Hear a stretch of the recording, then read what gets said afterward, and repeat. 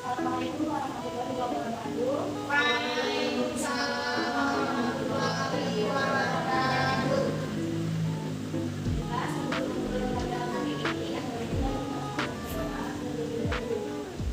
Berdoa dulu. Berdoa. Ini untuk memastikan siapa yang kita hadir hari ini. Kita tahu kenapa kau pertama.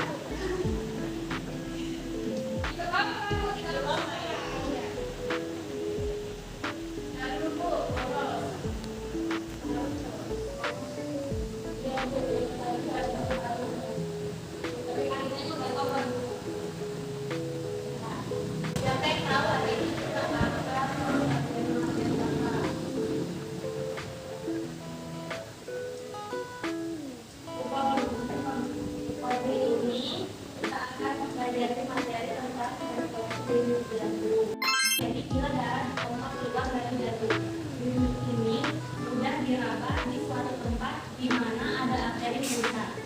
Dengan cara ini dapat diraba di sini pergelangan tangan. Frekuensi denyut jantung itu dipengaruhi oleh pertumbuhan aliran darah, sistem reseptor dan sistem reseptor. Nah, jadi denyut jantung ini dipengaruhi oleh 3 faktor. Yang pertama, jenis kelamin, usia, dan aktivitas fisik. Kalau jenis kelamin, seperti yang disebutkan tadi, bahwa antara denyut jantung perempuan dan laki-laki itu berbeda. Frekuensi denyut jantung perempuan lebih tinggi dibandingkan laki-laki. Hal ini disebabkan oleh perubahan hormon estrogen yang sering terjadi pada wanita, yang menyebabkan wanita lebih cenderung memiliki tekanan darah tinggi, di mana hipertensi diketahui dapat mengganggu kontrol denyut jantung sehingga frekuensi denyut jantung pada perempuan lebih tinggi. Pada wanita denyut jantung berkisar antara 70 dan 80, sedangkan pada laki-laki sekitar 60 hingga 72 denyutan per menit. Selanjutnya faktor umur. Selama mati satu tempat, frekuensi denyut nadi secara bertahap akan menetap untuk memenuhi kebutuhan oksigen maksimum pada lansia menurun sebesar 50%, dan usia remaja mencapai 80 tahun. Hal ini disebabkan berkurangnya massa otot dan daya maksimum otot yang mencapai akan berkurang. Pada anak usia 5 tahun, denyut nadi diperkirakan antara 60 hingga 100 denyut per menit. Pada usia 10 tahun mencapai 80 hingga 90 denyut, dan pada orang dewasa mencapai 60 hingga 100 denyut per menit. Yang terakhir itu dipengaruhi oleh aktivitas fisik. Tidak hanya meningkatkan risiko kelebihan berat badan, kurangnya aktivitas fisik juga menyebabkan seorang cenderung memiliki frekuensi denyut jantung yang lebih tinggi. Hal ini disebabkan oleh otot jantung yang berdekatan pada setiap kontraksi, di mana semakin keras dan sering otot jantung memompa, maka semakin tinggi tekanan yang disebabkan dibebankan pada arteri. Nah, selanjutnya itu akan memberikan juga untuk bersama teman-teman. Ini dibagi menjadi 2 kelompok.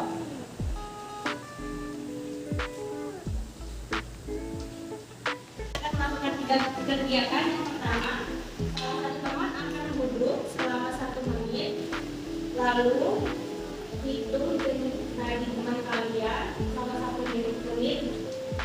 Kemudian ulangi lagi penghitungan denyut nadi selama 2 menit. Kegiatan kedua yaitu minta temanmu untuk berjalan santai selama 1 menit dan 2 menit, lalu hitung kembali denyut nadinya selama 1 menit. Yang terakhir yaitu dengan meminta temanmu untuk berlari kecil selama 1 menit dan 2 menit, lalu hitung kembali denyut nadi temanmu. Nah, denyut nadi yang sudah dihitung tulis di sini, di dompet ini. Tulis.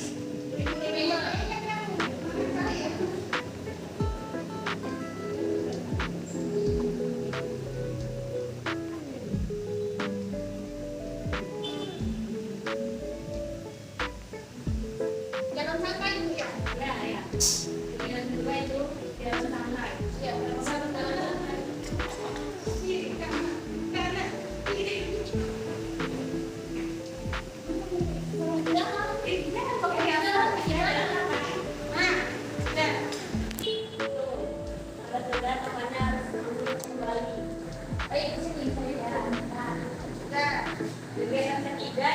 berlari kecil.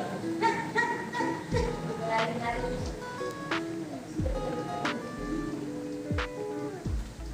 Nah, udah berlari. Iya, yes lari ya.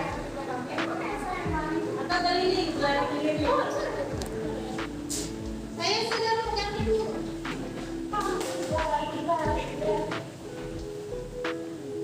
Oke, sudah dicatat semua.